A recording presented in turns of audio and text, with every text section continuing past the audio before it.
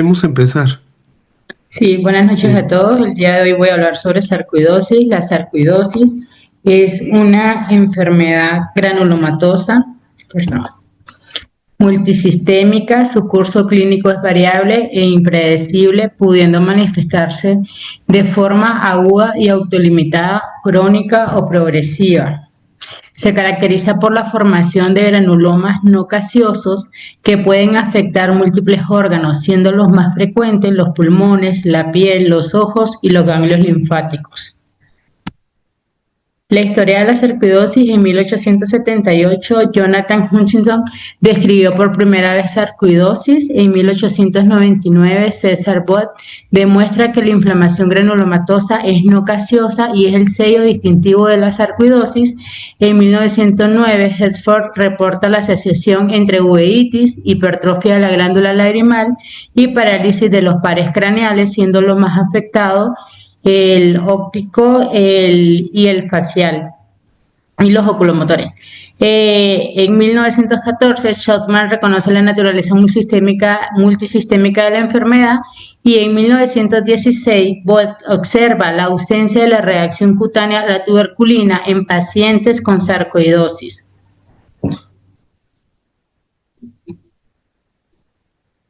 Cuando hablamos un poquito de la epidemiología, la variación geográfica tiene una gran diversidad en incidencia a nivel mundial y también esto se ve afectado por la predisposición genética o la raza, por decirlo así. En Estados Unidos, por lo menos, los afroamericanos tienen una incidencia 3 veces mayor que los pacientes caucásicos. Se habla que se da por lo menos en 35 habitantes por cada 100.000 afroamericanos. Sin embargo, en los caucásicos es 10 pacientes por cada 100.000 habitantes. En Europa varía considerablemente, siendo, por ejemplo, en Suecia 64 habitantes por cada 100.000. En Francia solamente afecta a 10.000 a 10 personas por cada 100.000 al año, ¿verdad? 3 en Polonia y 200 para mujeres irlandesas que viven en Londres. Un dato bien característico ahí o bien curioso.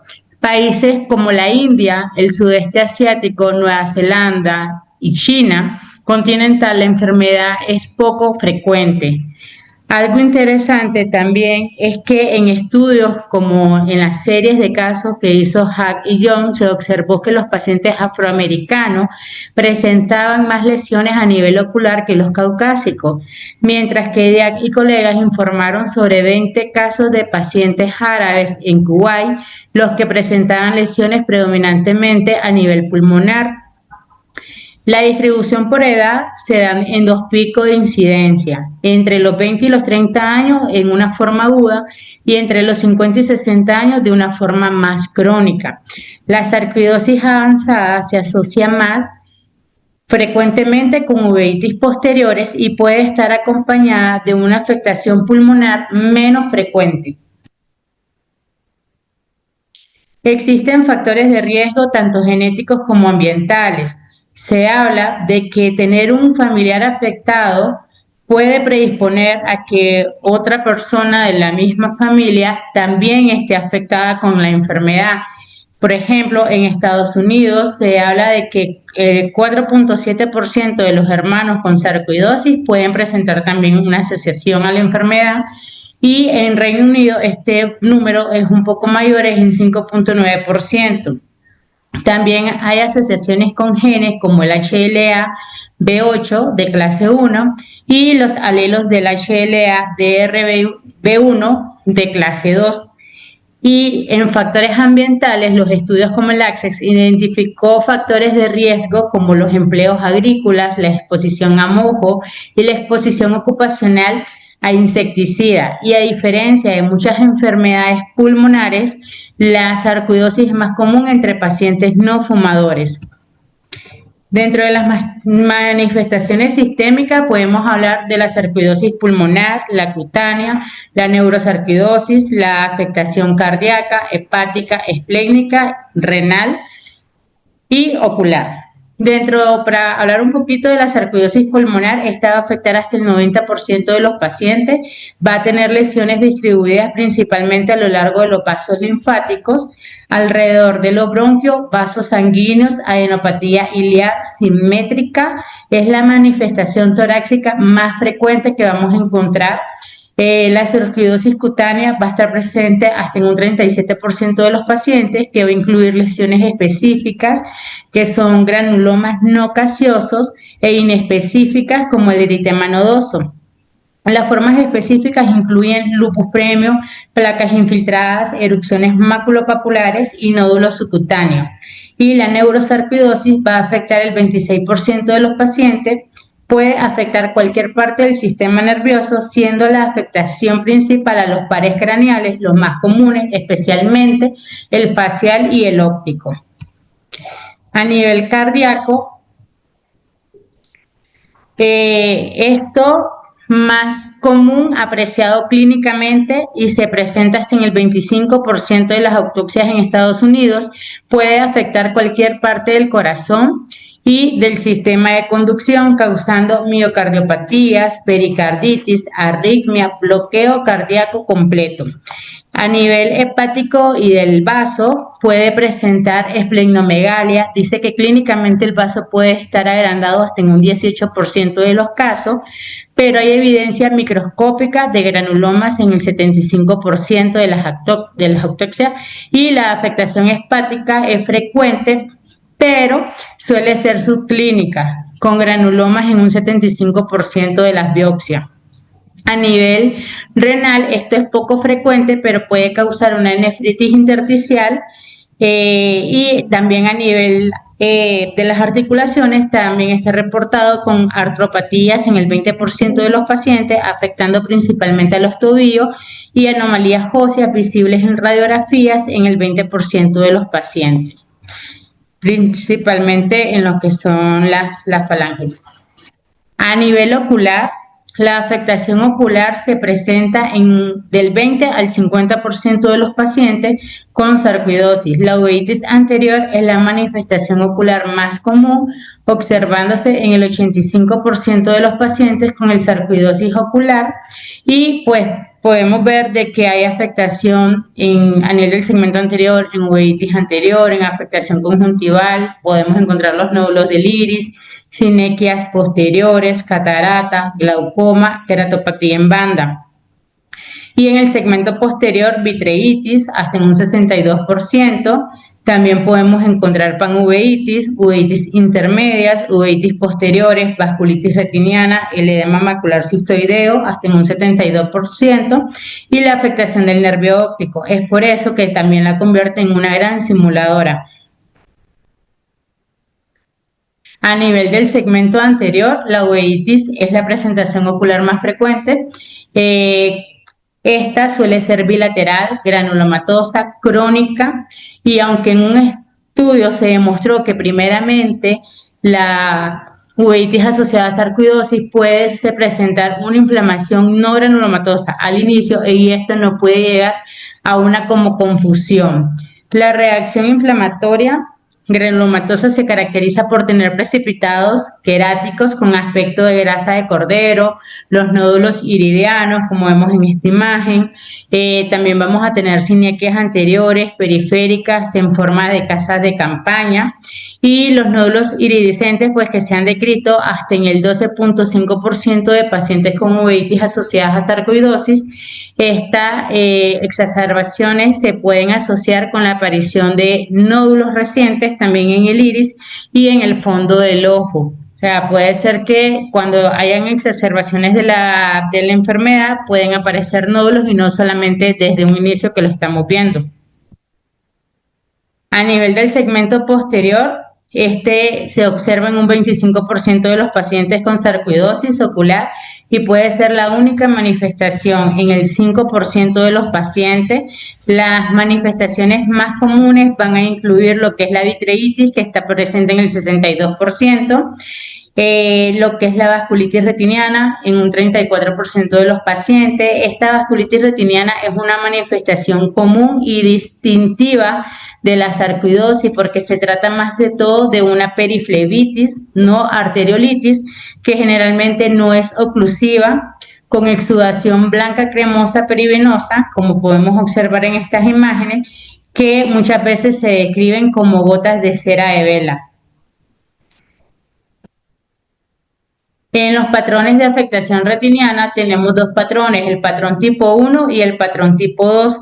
El patrón tipo 1 se caracteriza porque en una fase activa está asociado con vitreitis y con el envainamiento venoso, segmentario o esos exudados perivenulares que aparecen las pequeñas blancas, las pequeñas manchas blancas discretas en grupos alrededor de las vénulas que a menudo limitadas a uno o dos cuadrantes retinianos y evolucionan a áreas de atrofia corioretiniana en empedrado. El patrón tipo 2 es caracterizado por lesiones de color amarillo anaranjada a nivel de la coroide, predominantemente en el polo posterior y nasal. Simulan las lesiones de la corioretinopatía en pedrergones, son discretas y despigmentadas, pero no son atróficas, sin aglomeración del EPR circundante ni vasculitis retiniana. El patrón visual es mejor en los pacientes con el patrón tipo 2 debido a la ausencia de la inflamación retiniana o de esta vasculitis. La afectación orbitaria, tenemos desde la afectación a la glándula lagrimal que se ve hasta en un 69% de los pacientes, puede ocasionar ojo seco, con o sin agrandamiento palpable de la glándula lagrimal y se ha reportado por confirmación histológica de la enfermedad a partir de una glándula no palpable. El drenaje nasolagrimal también se ve afectado, cursando con dacreoestenosis u obstrucción total. Los pacientes suelen presentar epífora y congestión nasal. A nivel de los músculos extraoculares puede producir afectación presentándose con diplopía o oftalmoplegia externa dolorosa. La evaluación mediante la resonancia magnética nos va a permitir ver un agrandamiento de los músculos extraoculares y también se ha descrito afectación bilateral de la órbita, el párpado, los músculos extraoculares junto con un engrosamiento de la vaina del nervio óptico. Esto es importante porque muchas veces el paciente puede presentar solamente un aumento de lo que es la glándula lagrimal y pensar o asociarlo a otra patología y no pensar en sarcoidosis. Entonces, es lo mismo que venimos repitiendo, la importancia de conocer esta enfermedad y saber que pues, nos puede hacer pensar en otras patologías. La sarcoidosis en la infancia tenemos dos subtipos. Está el subtipo preescolar que se da antes de los 5 años, que es relativamente raro. Tiene una triada de características que son de lesiones en la piel, en los ojos y en las articulaciones. La afectación pulmonar es poco frecuente en esta etapa inicialmente y se puede confundir muchas veces con la artritis idiopática juvenil. La diferencia clave en los niños con uveitis asociadas a IJ es que suelen tener artritis pauxiarticular, son ANAS positivos y raras veces van a desarrollar lesiones cutáneas. Entonces, si tenemos un niño que tiene lesiones en la piel y también tenemos uveitis, pues debemos de pensar en sarco y no tanto en IJ. Mientras que pues, los pacientes que van a desarrollar sarcoidosis van a presentar poliartritis, pero son ANA negativos y tienen niveles elevados de ECA sérico. En el subtipo de adolescente, esto va desde los 8 hasta los 15 años, está caracterizado por una afectación pulmonar, casi todos los pacientes, también afectan los ojos, la piel, el hígado y el vaso. En un 30 a un 40% de los casos van a tener manifestaciones oculares muy parecidas o similares a los de los adultos, como la iridociclitis, la uveitis posterior, la periflebitis, el edema macular y la oclusión venosa retiniana. En las presentaciones características a nivel de los niños tenemos 3 síndromes. El síndrome de Hertford, que también llamado fiebre uveiparotidia. Esta consiste en una uveitis junto con parapiditis, fiebre y parálisis de los nervios craneales. Fue descrito en 1909 por Hertford y está relacionado con la sarcoidosis en 1936 por Brunis. El síndrome de Lofgren, este consiste en un eritema nudoso con fiebre, artropatías y linfoadenopatía iliar bilateral. Está descrito en 1946 y está asociado a un mejor pronóstico. Y el síndrome de Mikulicz es una combinación de un agrandamiento inflamatorio de las glándulas salivales y lagrimales con xerostomía. Este término incluye todas las formas de afectación de las glándulas, incluyendo la sarcoidosis, leucemia y linfoma. A nivel histológico, los granulomas no necrotizantes, que son los no gaseosos, son el sello distintivo de la sarcoidosis.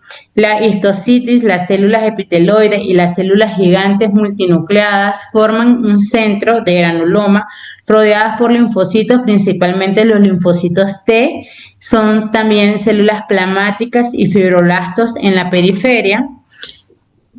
La necrosis macroscópica no es una característica de la sarcoidosis y su presencia nos va a sugerir diagnósticos alternativos, como puede ser tuberculosis, micosis u otra infección. Entonces, por eso el diagnóstico principal de sarcoidosis siempre va a ser por medio de biopsia. Las células epiteloides van a secretar más de 40 citocinas diferentes y otros mediadores, incluyendo los ECA, los lisozima y el calcitrol. Es por eso que estos son exámenes que nos van a ayudar para el diagnóstico de esta enfermedad. En esta imagen, que es una microfotografía histológica teñida con hematocilina y eosina, donde podemos ver aquí en la imagen A un tejido con múltiples células dispuestas en nódulos compactados, y en una imagen B más agrandada, acá, la del asterisco, podemos ver que se aprecia un granuloma bien formado con un centro de células epiteloides, que es lo que nos señala la flechita. Y en un agrandamiento más de esta célula podemos encontrar un cuerpo de inclusión o de Showman o un cuerpo de asteroides que son característicos, pero no exclusivos de lo que es la sarcoidosis. Y en esta otra imagen lo que vemos es una estructura esféricas y laminadas con apariencia de cebolla concéntrica, que igualmente se tiñe con hematocilina y eosina, con un fondo de tejido inflamatorio. Este patrón corresponde a los cuerpos de Michelis y Goodman, que están presentes en la malacoplaquia y en cuerpos esferonilización micótica en las micosis. También se observan en los granulomas por tuberculosis. Los cuerpos asteroides los podemos encontrar hasta en un 2% en las biopsias para sarcoidosis. Los cuerpos de Shotman en un 88% son los que más se encuentran, y los cuerpos de Hamasaki en un 68%. Estos no son específicos de la sarcoidosis, pero identifican a una enfermedad granulomatosa crónica. Y la diferencia histológica que vamos a encontrar entre uno y otro estudio es que en la sarcoidosis no vamos a encontrar una reacción infecciosa, sino que va a ser más inmunológica. El agente causal en este caso no va a estar presente o no se va a ver, y las inclusiones van a ser producto de la organización del citoplasma y del calcio y no de microorganismos. En la etiopatología en la etiología y en la patogenia podemos hablar un poco sobre la acumulación de los linfocitos de CD4, que estos van a hacer un compartimiento de células T con el aumento de los CD4 en el tejido afectado y reduciéndose en sangre, provocando la liberación de las citocinas, que son estas, van a activar la liberación de interleucinas 2 y otros mediadores que van a atraer a los monocitos, formando la alveolitis y la formación de granulomas por la acumulación de células inflamatorias y formación de granulomas no gaseosos. progresando a una fibrosis progresiva en casos crónicos, donde se puede desarrollar fibrosis en los órganos afectados. Principalmente se ve en lo que son en las radiografías y en las TAC de pulmón.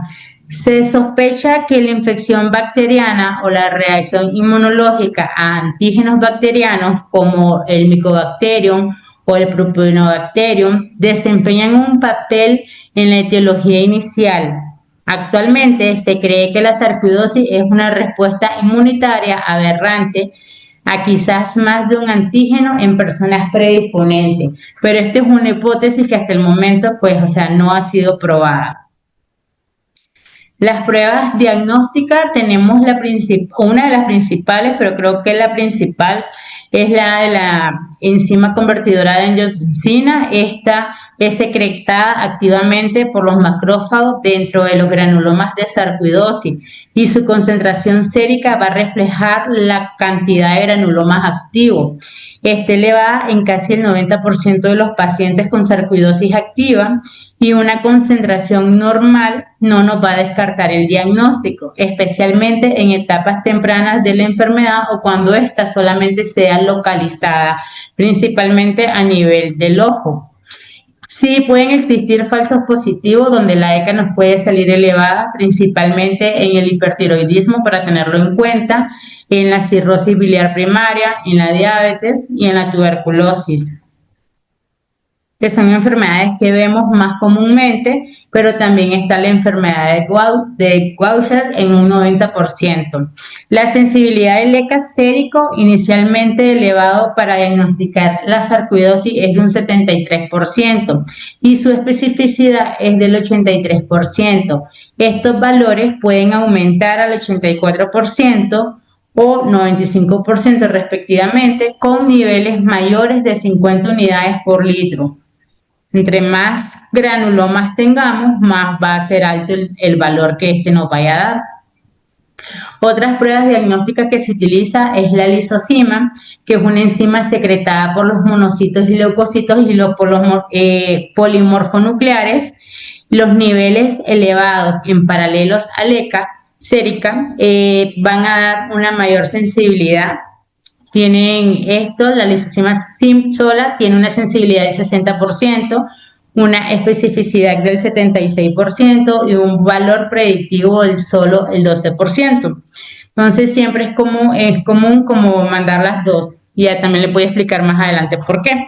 El metabolismo del calcio dice que en la mayoría de los pacientes con sarcoidosis va a existir una hipercalcemia en el 10 al 15% de estos, y debido a que los granulomas van a secretar el calcitrol. Sin embargo, es más común ver la hipercalciuria, que es de 2 a 3 veces más común que la hipercalcemia, y siempre se debe de evaluar mediante la recolección de calcio en orina durante 24 horas. La proteína D surfactante es un marcador sérico con niveles significativos más altos en pacientes con sarcoidosis que en pacientes con otras etiologías uveíticas o controles sanos. La verdad que esta es una proteína que es bastante cara mandarla y pues nosotros no la utilizamos tanto. A nivel de pruebas de imagen tenemos lo que es la radiografía de tórax, que tiene una estadificación ya para la sarcoidosis de 5 estadios. También tenemos la TAC de alta resolución que es superior a la radiografía para detectar signos de sarcoidosis.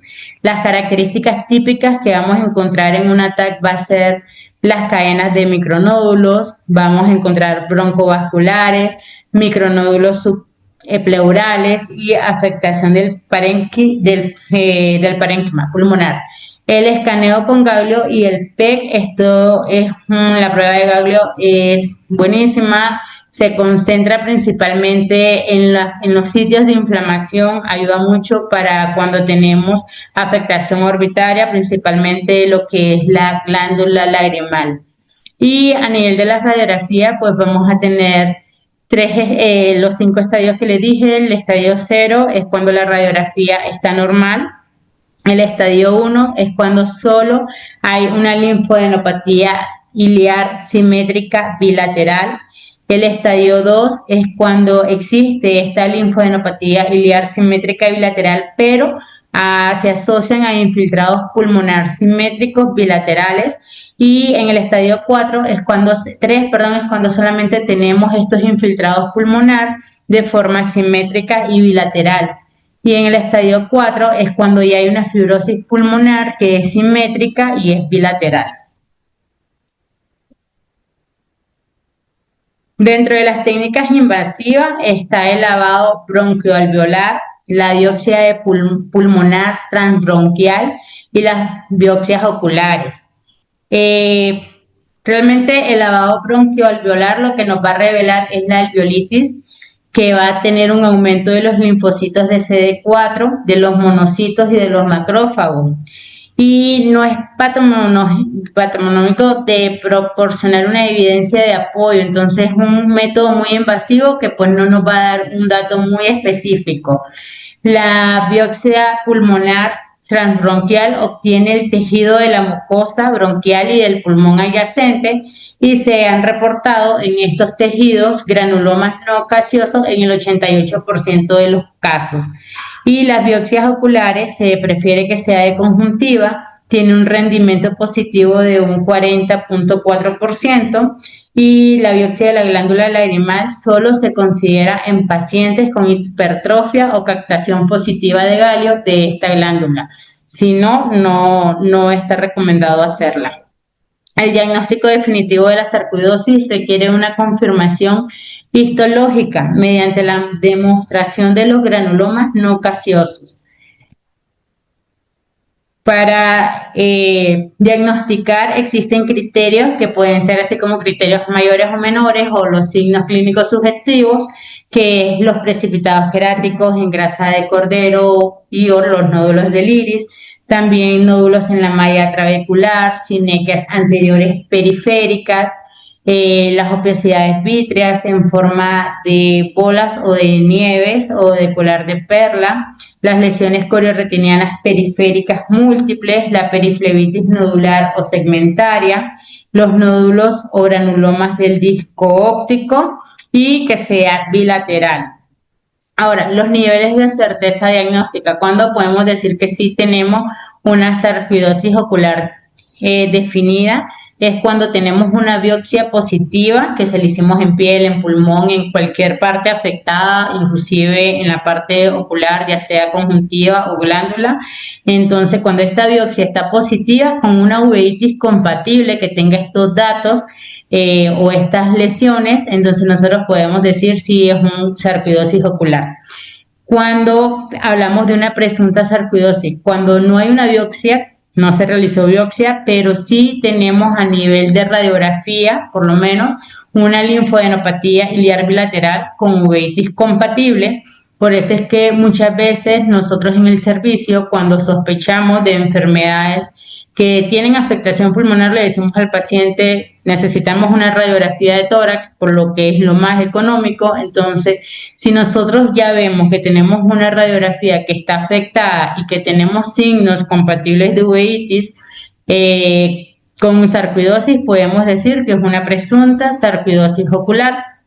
Es probable cuando no se ha realizado biopsia y no hay linfoadenopatía iliar bilateral, pero tenemos la presencia de 3 signos intraoculares subjetivos y 2 pruebas de laboratorio positivo. ¿Qué quiere decir esto? No tenemos afectación a nivel pulmonar, la radiografía está limpia, no le hemos realizado las pruebas diagnósticas o de biopsia al paciente para confirmar, pero sí le hicimos un ECA que salió alterado y le hicimos lisozima y salió alterado. Esas 2 pruebas nos ayudan. Aparte de eso, tener signos, 3 o más signos de inflamación ocular compatibles con sarcoidosis.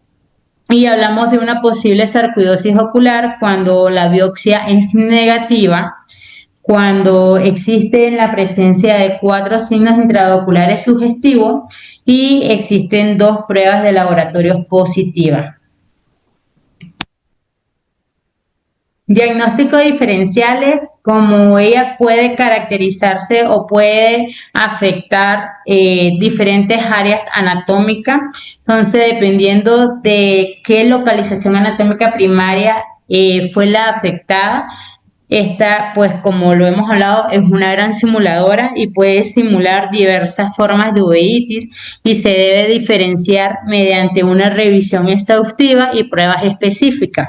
Pero a nivel del segmento anterior la podemos diferenciar con la idiociclitis asociada a la HLA-B27, a la ciclitis heterocrómica de Fuchs, al virus del herpes simple y de la varicela zoster, a la sífilis, a la tuberculosis y a la artritis idiopática juvenil. A nivel del segmento posterior, cuando este es el más afectado, la podemos diferenciar con toxoplasmosis, toxocariasis, histoplasmosis, tuberculosis, sífilis, retinocoriidopatía en perdigón, corioidopatía serpiginosa, el síndrome de BKH y los linfomas intraocular. En tratamiento, bueno, la bibliografía nos habla de tres líneas, pero yo creo que inclusive podría ser 4 líneas o yo uniría la primera y la segunda en una sola línea. Entonces, la primera línea de tratamiento siempre va a ser los corticosteroides. Es el tratamiento estándar para la forma de sarcoidosis, tanto anterior como posterior. Cuando es una uveitis anterior leve, se debe tratar con esteroides tópicos y cicloplégico. Cuando ya sea una afectación un poquito más mayor, con esteroides periorbitales o sistémicos, y para la uveitis anterior que no responde a tópicos, pues también se deben de colocar estos tratamientos, ya sean periorbitales o sistémicos, igualmente cuando tenemos uveitis posteriores con neovascularización o enfermedad orbitaria. La segunda línea de tratamiento es cuando tenemos a los pacientes con una hiperreactividad por esteroide. Entonces, aquí es colocar antiinflamatorios no esteroideos orales para pacientes pues, que no se les puedan colocar corticoides. Y la tercera línea ya son los inmunosupresores o los ahorradores de esteroides como el metrotexate, el micofenolato, la acetropina, las ciclosporinas y las ciclofosfamidas. Les hablaba de una cuarta línea porque vienen los biológicos. Cuando los pacientes presentan sarcoidosis refractarias al tratamiento, pues ya vienen y entran en juego los biológicos. Y dentro de los biológicos, pues existen diferentes, ¿verdad? Como en la clase que se dio, pues los principales, los voy a hablar un poco más adelante en el cuadro clínico, pero de ahí se derivan cuáles son los de tercera línea, según las últimas revisiones que se han hecho de biológicos, que se comienza con ciclofosfamidas, con alimumab, infliximab y de cuarta línea ellos ya colocan el rituximab. Dentro de las principales complicaciones está el edema macular cistoideo, está la formación de membranas epirretinianas, el glaucoma secundario, la atrofia óptica, cataratas, hemorragia vítreas y queratopatía en banda. Se ha reportado pérdida visual grave de 20/200 o menos en un 6 a un 23.8% de los pacientes con sarcoidosis ocular, siendo más común en pacientes con uveitis posteriores crónica. El glaucoma secundario, que no responde al tratamiento médico, pues es candidato para ya procesos como trabeculectomías o dispositivos de drenaje. La neovascularización retiniana con isquemia responde bien a la fotocoagulación panretiniana y los factores de mal pronóstico van a ser un paciente de raza negra, el retraso de más de un año entre síntomas y atención especializada, el desarrollo de glaucoma, la presencia de uveitis posterior o intermedia y la coroiditis multifocal. El algoritmo diagnóstico es tener una evaluación inicial, ¿verdad? Donde se le soliciten estos estudios como la radiografía de tórax, el ECA sérico, lisosima, calcio sérico y urinario, las enzimas hepáticas, la biopsia, si es posible, de tejido clínicamente sospechoso, ya sea en piel o en la conjuntiva. Si se resulta en negativo, pues realizar una tomografía de tórax, una gammagrafía corporal total con ganglio 67 y pruebas de función pulmonar. Si hay hallazgos característicos, pues se puede realizar el lavado bronquioalveolar, las biopsias de pulmón y transbronquiales. Si aún no hay un diagnóstico, la biopsia pulmonar abierta para pacientes con evidencia radiológica de sarcoidosis sin pruebas histológicas disponibles. La combinación de niveles elevados de LECA y de lisosima y los hallazgos de imágenes de tórax pueden identificar el 93% de los casos comprobados por biopsia. Entonces, muchas veces, pues, las biopsias no son tan accesibles y solamente tener estos dos exámenes más una radiografía nos puede lograr identificar la enfermedad. Y como conclusión, la sarcoidosis es una enfermedad granulomatosa multisistémica que afecta a los ojos en el 26 al 50% de los pacientes afectados, generalmente en las primeras etapas de la enfermedad. Las manifestaciones oculares son variables, pudiendo afectar cualquier parte del ojo y de las estructuras orbitarias. Todos los pacientes con uveitis que tienen lesiones palpebrales, proptosis, parálisis del nervio extraoculares o enfermedad del nervio óptico deben de ser evaluados cuidadosamente para descartar sarcoidosis y se debe buscar confirmar esto histológicamente con biopsia, ya sea de piel o del área donde nosotros sospechemos de que sí puede estar la enfermedad. La sarcoidosis ocular persistente altera la visión y puede causar ceguera. La agresividad del tratamiento debe ajustarse según el tipo y naturaleza de las manifestaciones oculares, variando desde tratamientos cortos con solamente corticosteroides tópicos hasta una inmunosupresión a largo plazo.